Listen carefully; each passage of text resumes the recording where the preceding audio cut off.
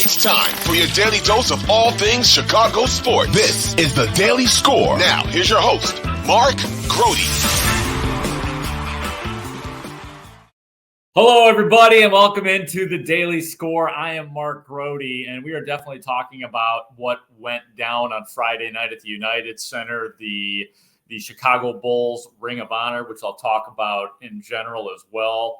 But on a human level, yes, it sucked that when Jerry Krause's picture went up on the board, fans booed. And unfortunately, the part that sucked was that Thelma Krause, Jerry's widow, was there and had to endure that. So as a human being, I don't think you could help but feel bad for her. But I'm not mad at the fans. First of all, if you don't even know what went down at the United Center, let's let you listen to what happened. You will hear Neil Funk at the microphone, one of the Bulls' classic radio broadcasters and television. And he introduces the late Jerry Krause to be introduced into the Ring of Honor, again, with Thelma Krause there on his behalf.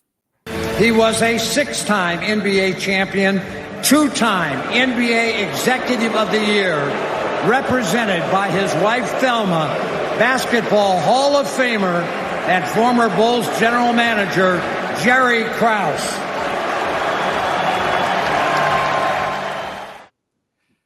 Couple things here. Let me explain to you the way I felt watching this. First of all, it was appointment television for me to make sure that I was there to watch this at halftime. Not there, but watching on television. And this is me, literally, before the introduction of Jerry Krause.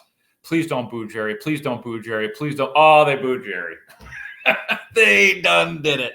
So that's what I felt in the moment. But again, nobody should have been surprised. The fact that people were up in arms and, oh my God, I can't believe that happened.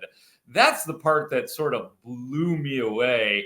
And here's why. We are all to blame for what happened to Jerry Krause, if you want to say that posthumously, and Thelma Krause that night. We are all to blame. And really, maybe I shouldn't say we are all to blame. Maybe people, I'm 52 years old. So that's my reference point. I was around for the day Jordan was drafted through the day Jordan retired for the second or third time, or how many ever times you want to count MJ's various retirements. We are, and I am complicit in all of this, because in the 90s and for years after, we all made fun of Jerry Krause. We all made fun of Jerry Krause, and we were enabled by the cool kids. The cool kids being the players, Jordan, Pippen, the coach, Phil Jackson had his feud with Jerry Krause. We all took the side of the cool kids, the players, the cool coach. He had a nickname, kids. They called him Crumbs. We all laughed about it. Now, I know that not everybody did, but I don't remember a whole lot of articles being written or a whole lot of radio commentary or television commentary back in the day, even before I was in the business, that were defending Jerry Krause and how dare people make fun of Jerry Krause, and this man did what he did. Maybe people were thinking that, but nobody had the balls to say it then. As time has gone on and as we have looked back, obviously, I think that most of us now have learned to give Jerry Krause a lot of credit, and I do give Jerry Krause a lot of credit. But when this man has been torn down by people who we think are critical or are credible, then that's what's going to happen. That is exact. It's like an involuntary reaction. And at the United Center that night, they showed the picture of Jerry Krause, and that's the involuntary reaction for the fans in the stands there, most of whom, or a lot of whom, probably only know Jerry Krause from what they've heard from us or what they saw in The Last Dance. And I will say, once we got into the debate around The Last Dance, look, a lot more people have defended Jerry Krause and have said that we need to respect this man. And I have felt that too, because I obviously have gone from being an immature junior high kid since the drafting of Jordan, and in the 90s being in college, and then obviously being in the media, you get a certain perspective on a person. But it is ridiculous to think that the fans, when they see Jerry Krause's photo up there, his image, that somehow they're all of a sudden going to be disingenuous and hold their boos. And I get it. It's cringy. It's a little bit cringy. And I didn't want it to happen. Like I said, I was like, please don't boo this man. Please don't. They booed. But the admonishing of the fans, I thought that was almost as tasteless, or the tasteless part of it, considering the coaching in the media and the obvious bent towards the players and towards Phil Jackson and against Jerry Krause and against Jerry Reinsdorf, while we throw his name in there as well. So yeah, I mean, that's the part I couldn't help but feeling. And again, don't get it twisted. I wanted to hug that woman. I wanted the Thelma Krause to. I mean, it was such a sad scene to see her look like she was tearing up and kind of throwing her arms up almost like helplessly. But I think that was her sort of acknowledgement of the crowd. So that absolutely sucked for her. And it sounded like, too, when we hear the audio, that the initial response is boos, but then it sort of crescendos into cheers. And apparently that was because then you saw Thelma Krause. So I think that's just what happens. And we did it. We all set that up. So I am not going to sit here and point fingers at the fans and tell fans and be holier than thou and tell the fans how horrible how dare you boo this dead man. No, I think that's tacky. I think is totally and completely uncalled for. And it was all over social media.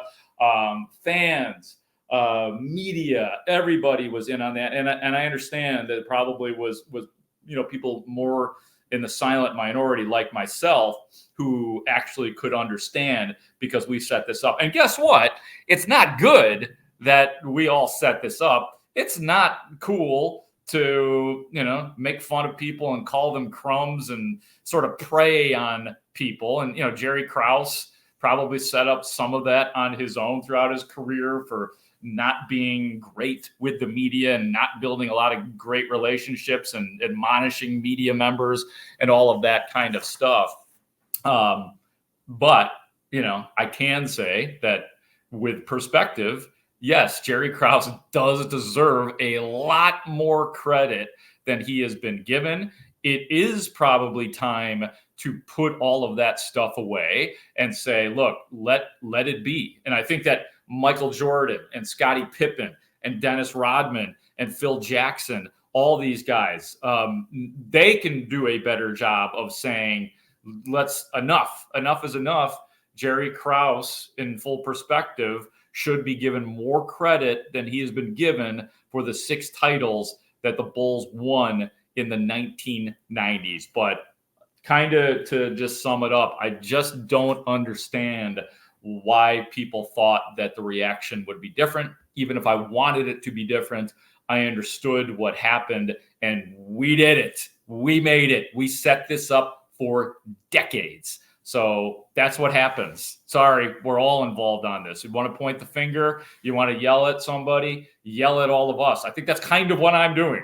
And I am just as to blame as anybody else in all of this, because I thought it was hilarious and I was anti-Jerry Krause and all of that kind of stuff. And for the record, I would not have booed Jerry Krause had I been out there that night. I'm not. There are very few reasons, in my opinion, that booing is called for. However, as you can see, I am not going to be somebody who tells fans paying $100 for a seat what they can and cannot boo. And if I think that there is reason that they shouldn't, I'll come on this podcast and tell you that you shouldn't boo. So I hope that makes sense to you. In general, the Ring of Honor night, again, appointment television for me, because I'm a sucker for that kind of stuff. Luckily for me, I mean this, I was not covering those teams. I was not in the media at that point, or not in, covering Chicago sports at that time. So I was just a total fanboy of that era. So I was ready for this. And look, I'm not blaming the Bulls for Michael Jordan and Scottie Pippen not showing up, because I'm sure that was their number one priority. But it didn't work without those guys there. And also, the one criticism I do have of the event is it was great to have all the guys introduced that were going into the Ring of Honor. The applause for Phil Jackson was deluxe. That part was great. But how do you not introduce all the players from the 95-96 Bulls when you have Steve Kerr there? You have Harp.